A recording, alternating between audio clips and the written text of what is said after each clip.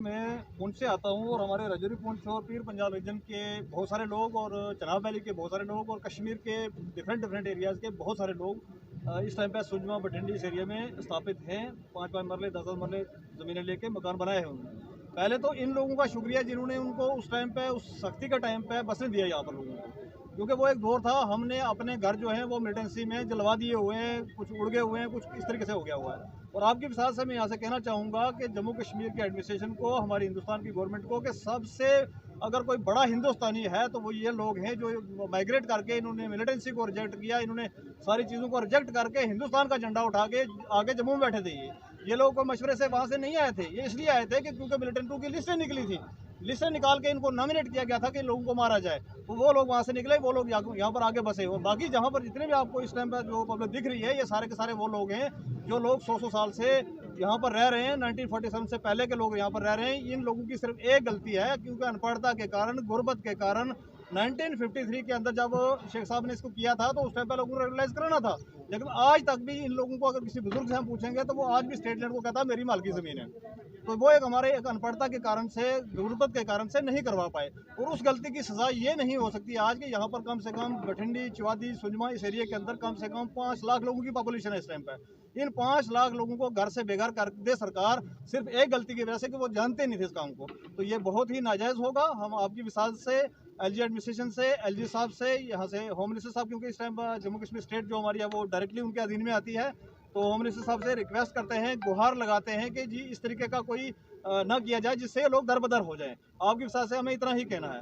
और दूसरी बात मैं यहाँ से बता दूँ कि अगर ऐसा किया गया कि भाई आपने कोई हमारी गुहार नहीं सुनी गई, तो फिर हमारी लाशों के ऊपर से आप मशीन लेके आना, फिर हमारे घर गिरा देना, उससे पहले नहीं गिराना देना। सर, जब तक एडमिनिस्ट्रेशन की तरफ से आपको कोई आश्वासन नहीं मिलेगा तो आप प्रोटेस्ट को लेकर क्या कहेंगे? देखिए, आश्वासन की एक चीज़ और बताता हूँ मैं कि इनके आश्वासन पे हमें भरोसा नहीं है, क्योंकि इन्होंने आश्वासन दिया था 370 जाने के बाद कि भाई आपकी जब स्टेट ये हो जाएगी तो आपकी यहाँ पर प्रोग्रेस होगी। तो प्रोग्रेस क्या हो रही है? हमारे बच्चे इस टाइम पे बेरोजगार घूम रहे हैं। जो मुलाजमीन हैं वो 40 से ज़्यादा डिपार्टमेंट स्ट्राइक में बैठे हुए हैं। उनका क्या हशर हो रहा है आप डेली रोजाना देख रहे हैं, मीडिया पर्सन जितने भी कवर करते हैं उनको जाके। हमारे बच्चे जो जम्मू डिवीज़न के, कश्मीर डिवीज़न के अंदर पोस्टेड हुए थे, उनको आज तक ये इस तरीके की एक पॉलिसी नहीं ला सके जिनसे ट्रांसफ़र कराई जा सके। तो ऐसी गवर्नमेंट से, ऐसी एडमिनिस्ट्रेशन से हमें उम्मीद भी कम है कि भैया कोई इस तरीके का लेके आएंगे। इनको अगर करना हो रेगुलेशन के लिए एक लेटर बनता है, नहीं बनाना आता है किसी को तो मैं अभी बना के टाइप करके आपको दे दूंगा। रेगुलेशन के लिए एक ऑर्डर बनाना है कि भाई अगर ज़्यादा कुछ करना चाहे गवर्नमेंट तो सर्कल रेट ले लेगी, इससे ज़्यादा तो कुछ नहीं ले सकती। तो सर्कल रेट पे जो भाई 5 मरले बैठा पैसे भरे, जो 10 कनाल पे बैठा पैसा भरे, तो बात खत्म हो जाती है। लेकिन वो ना करके सरकार कहती है हम गवर्नमेंट की ज़मीनें जो है खाली कराएंगे। तो मैं आपके साथ से पूछना चाहूँगा, अगर ज़मीनें खाली कराएंगे तो किसके लिए खाली कराएंगे?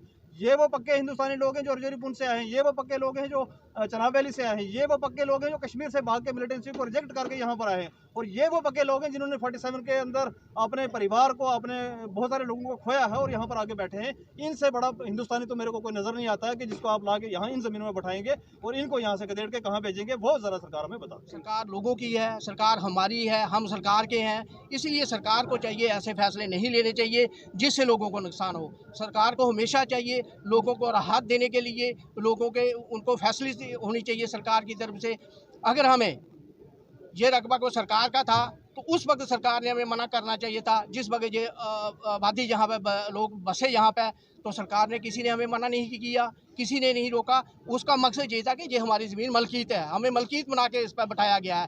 सरकार ने हमें रोडें दी, सरकार ने हमें पानी दिया, सरकार ने हमें बिजली दी और हर तरह की सहूलियत जो है सरकार ने हमें जहाँ दी। और आज फिर हमें नोटिस आने शुरू हुए, इसलिए हम सरकार से अपील करना चाहते हैं कि लोगों को नहीं छेड़ा जाए। जहाँ जहाँ पर लोग रह रहे हैं, बजाय छेड़ने के, जैसे आपने बाकी कॉलोनी जम्मू शहर के अंदर रेगुलाइज की हैं, वो हमें भी रेगुलाइज किया जाए ताकि हमारे जो लोग हैं, यहाँ के लोग जी अमन से रह सकें। हम सरकार सारियाँ कॉलोनियाँ आपने रेगुलाइज की हैं और बहुत सारी जम्मू में ज़मीन है जो वो नज़ूल की है। नज़ूल होती है सरकार की ज़मीन।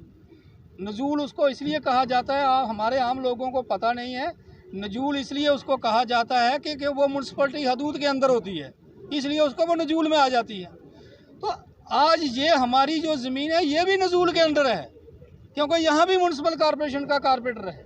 अगर सरकार ने यहाँ म्यूनसिपल इलेक्शन करवाई है, पंचायती इलेक्शनें करवा रही है, हमें रोड दी है, बिजली दिया है, पानी दिया है, हर चीज़ सरकार ने हमें दी है, तो फिर हम आज आप सरकार हमें कहेगी या हम आपके मकान तोड़ देंगे जी, आप यहाँ से निकल जाओ, तो ये तो कोई अच्छी बात है नहीं है। तो हम सरकार से, हमारे प्राइम मिनिस्टर जनाब नरेंद्र भाई मोदी जी, हमारे जो अमित शाह जी हैं, गृह मंत्रालय उनके पास है, उनके अंडर हमारी जम्मू कश्मीर ड्यूटी उनकी देख रेख में चल रही है। हम उनसे ये गुजारिश करते हैं कि हमें भी रुगलाइज किया जाए। मैंने कल वहाँ 2 टोक में बात की है कि जो सरकार इस टाइम हमारा हाथ पकड़ेगी, हम लोग भी उस सरकार का हाथ पकड़ने के लिए तैयार हैं। ये क्लियर बात करी है हमने। तो आज भी हम ये मीडिया के माध्यम से यही बात करते हैं कि हमें रुगलाइज किया जाए और इस दलदल से निकाला जाए।